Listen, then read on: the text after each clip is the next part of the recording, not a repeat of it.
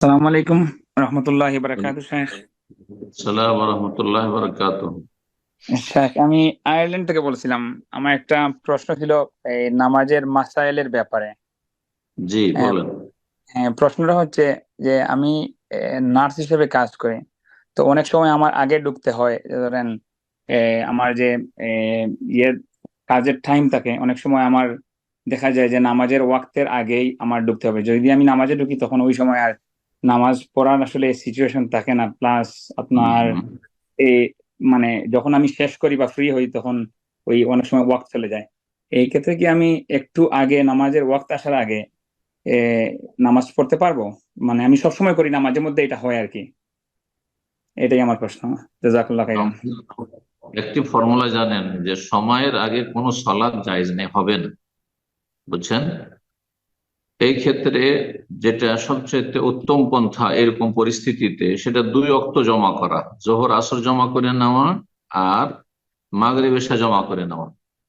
যদি জোহরের সময় পাচ্ছেন তো আসর পড়তে পারবো না আর, কারণ আমি কাজে ব্যস্ত হয়ে যাবো, এরকম ডিউটিতে যেখান থেকে বেরিয়ে আসা যাবে না, তাহলে আপনি বা ক্লাসে যারা ছাত্ররা আছেন এই বিষয়ে এর আগে উত্তর দেওয়া হয়েছে, জোহরের সময় আসর পড়ে নেবেন। অথবা জোহরের 10 মিনিট 15 মিনিট আগেই আমার ডিউটি শুরু হয়ে যাচ্ছে, এমার্জেন্সি, আমি আর আসতে পারবো না এখন জোহর পড়ার জন্য জোহরের রক্তে, তাহলে সেটা আসরের শেষ ওয়াক্ত পর্যন্ত জমা করে নিতে পারবে। সূর্য ডোবার 10 মিনিট 15 মিনিট আগ পর্যন্ত আদায় করে নেন। জি, শেষ ওয়াক্ত পর্যন্ত আদায় করে নিতে পারে, তো জমা করে নিতে পারে সবচেয়ে ভালো। প্রথম কথা হচ্ছে যে প্রতিটি সালাত আপন আপন ওয়াক্তে ফরজ। সাধারণ অবস্থায় যদি এমন পরিস্থিতি হয় যে আমি 5 ওয়াক্ত সালাত 5 বারে পড়তে পারছি না, তাহলে জোহর আসর জমা করতে পারবেন, মাগরিবের সময় এশা পড়ে নিতে পারবেন, অথবা মাগরিবকে এশার সময় রাত্রে 10টা 10:30টায় শেষ দিকে একবার গিয়ে 11টা পড়তে পারবেন।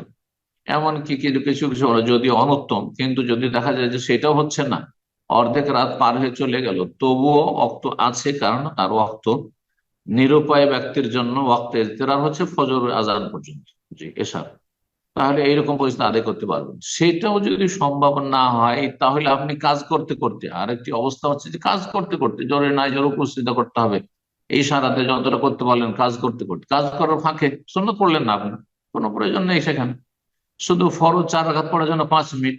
যারা সিগারেট খোর, তাদের সিগারেট খাওয়ার জন্য তাদেরকে সময় দিচ্ছে, হ্যাঁ বিভিন্ন কাজের জন্য তাদের সময় দিচ্ছে, টয়লেট যাওয়ার জন্য সময় দিচ্ছে, তো আপনাকে সলাৎ পড়ার জন্য একটু সময় দেবেন না, যে 4 রাকাত সলাৎ আদায় করবেন, 8 মিনিট লাগবে হয়তো, 8 মিনিটে সর্বনিম্ন সলাৎ আদায় হয়ে যাবে জোহরের আসরের।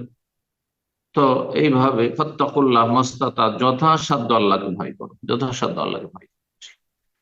বারাকাল্লাহ ফিক।